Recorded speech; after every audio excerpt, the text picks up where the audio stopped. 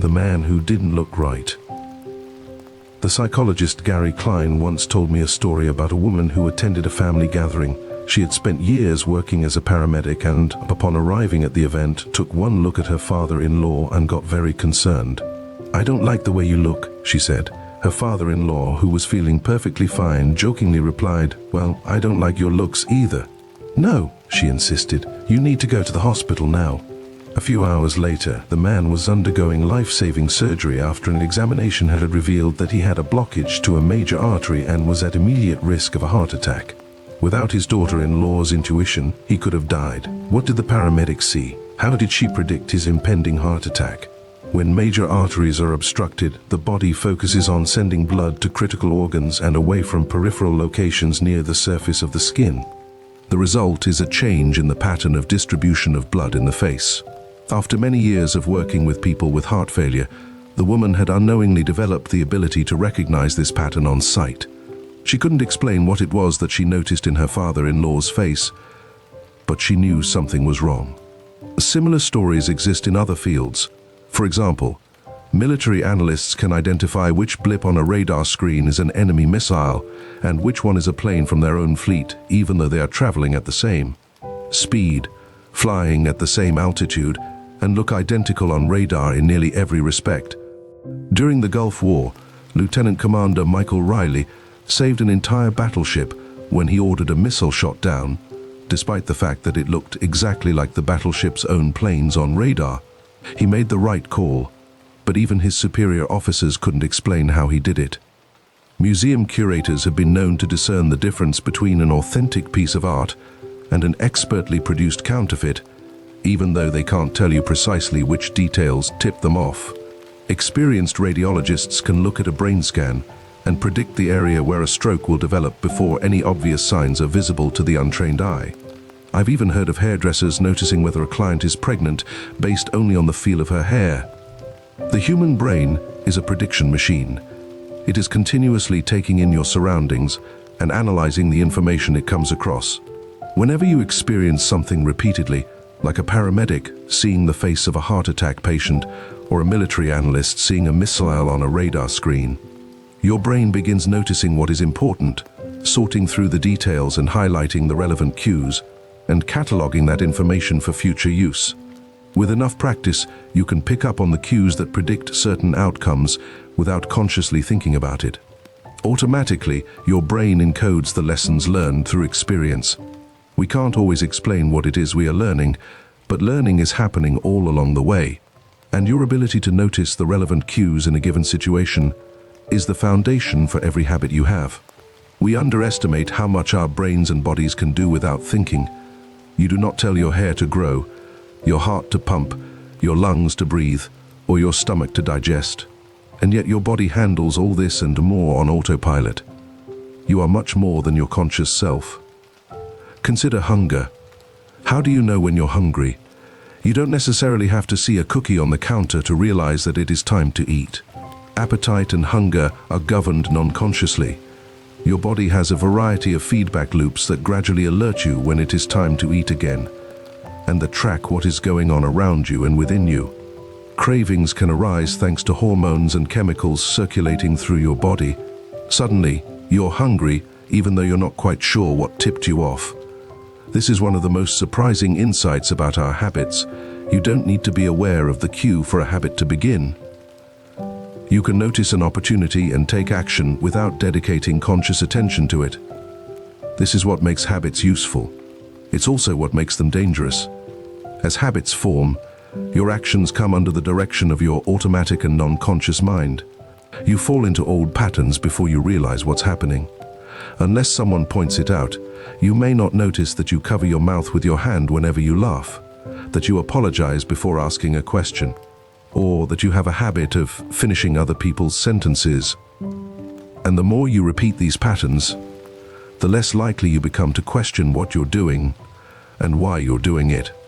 I once heard of a retail clerk who was instructed to cut up empty gift cards after customers had used up the balance on the card. One day, the clerk cashed out a few customers in a row who purchased with gift cards. When the next person walked up, the clerk swiped the customer's actual credit card, picked up the scissors, and then cut it in half, entirely on autopilot, before looking up at the stunned customer and realizing what had just happened. Another woman I came across in my research was a former preschool teacher who had switched to a corporate job. Even though she was now working with adults, her old habits would kick in, and she kept asking co-workers if they had washed their hands after going to the bathroom. I also found the story of a man who had spent years working as a lifeguard and would occasionally yell "walk" whenever he saw a child running. Over time, the cues that spark our habits become so common that they are essentially invisible. The treats on the kitchen counter, the remote control next to the couch, the phone in our pocket. Our responses to these cues are so deeply encoded that it may feel like the urge to act comes from nowhere. For this reason, we must begin the process of behavior change with awareness. Before we can effectively build new habits, we need to get a handle on our current ones. This can be more challenging than it sounds because once a habit is firmly rooted in your life, it is mostly non-conscious and automatic. If a habit remains mindless, you can't expect to improve it. As the psychologist Carl Jung said, until you make the unconscious conscious, it will direct your life and you will call it fate. The habit scorecard, the Japanese railway system, is regarded as one of the best in the world. If you ever find yourself riding a train in Tokyo, you'll notice that the conductors have a peculiar habit. As each operator runs the train, they proceed through a ritual of pointing at different objects and calling out commands. When the train approaches a signal, the operator will point at it and say, "Signal is green." As the train pulls into and out of each station, the operator will point at the speedometer and call out the exact speed. When it's time to leave, the operator will point at the timetable and state the time. Out on the platform, other employees are performing similar actions. Before each train departs, staff members will point along the edge of the platform and declare, "All clear." Every detail is identified, pointed at, and named aloud. This process, known as pointing and calling, is a safety system designed to reduce mistakes. It seems silly, but it works incredibly well. Pointing and calling reduces errors by up to 85% and cuts accidents by 30%.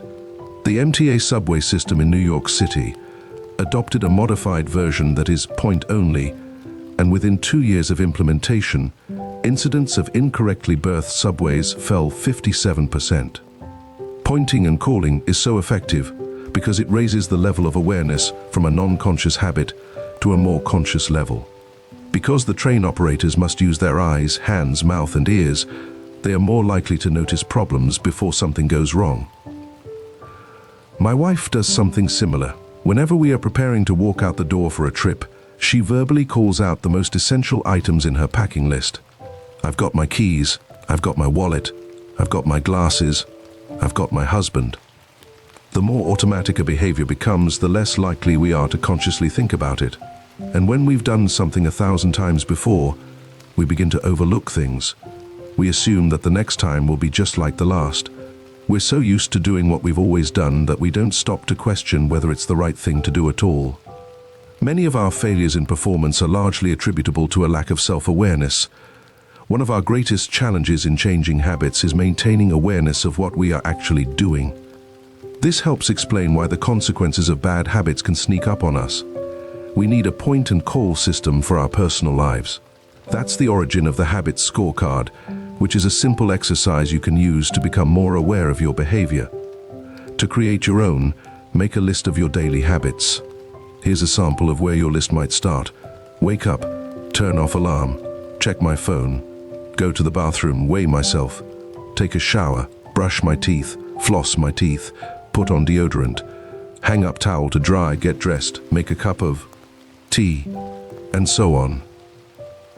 Once you have a full list, look at each behavior and ask yourself, is this a good habit, a bad habit, or a neutral habit? If it is a good habit, write next to it. If it is a bad habit, write. If it is a neutral habit, write equal to. For example, the list above might look like this. Wake up equal to turn off alarm equal to check my phone. Go to the bathroom equal to weigh myself. Take a shower. Brush my teeth, floss my teeth. Put on deodorant. Hang up towel to dry equal to get dressed equal to make a cup of tea. The marks you give to a particular habit will depend on your situation and your goals. For someone who is trying to lose weight, Eating a bagel with peanut butter every morning might be a bad habit. For someone who is trying to bulk up and add muscle, the same behavior might be a good habit. It all depends on what you're working toward. Scoring your habits can be a bit more complex for another reason as well. The labels good habit and bad habit are slightly inaccurate. There are no good habits or bad habits. There are only effective habits. That is, effective at solving problems. All habits serve you in some way, even the bad ones, which is why you repeat them. For this exercise, categorize your habits by how they will benefit you in the long run. Generally speaking, good habits will have net positive outcomes. Bad habits have net negative outcomes. Smoking a cigarette may reduce stress right now, that's how it's serving you, but it's not a healthy long-term behavior. If you're still having trouble determining how to rate a particular habit, here is a question I like to use. Does this behavior help me become the type of person I wish to be? Does this habit cast a vote for or against my desired identity? Habits that reinforce your desired identity are usually good. Habits that conflict with your desired identity are usually bad. As you create your habit scorecard, there is no need to change anything at first. The goal is to simply notice what is actually going on. Observe your thoughts and actions without judgment or internal criticism. Don't blame yourself for your faults. Don't praise yourself for your successes. If you eat a chocolate bar every morning, acknowledge it, almost as if you were watching someone else. Oh, how interesting that they would do such a thing. If you binge eat, simply notice that you are eating more calories than you should. If you waste time online, notice that you are spending your life in a way that you do not want to. The first step to changing bad habits is to be on the lookout for them. If you feel like you need extra help, then you can try pointing and calling in your own life. Say out loud the action that you are thinking of taking and what the outcome will be. If you want to cut back on your junk food habit but notice yourself grabbing another cookie, say out loud, "I'm about to eat this cookie, but I don't need it. Eating it will cause me to gain weight and hurt my health." Hearing your bad habits spoken aloud makes the consequences seem more real. It adds weight to the action rather than letting yourself mindlessly slip into an old routine. This approach is useful, even if you're simply trying to remember a task on your to-do list. Just saying out loud, "Tomorrow I need to go to the post office after lunch," increases the odds that you'll actually do it. You're getting yourself to acknowledge the need for action, and that can make all the difference. The process of behavior change always starts with awareness.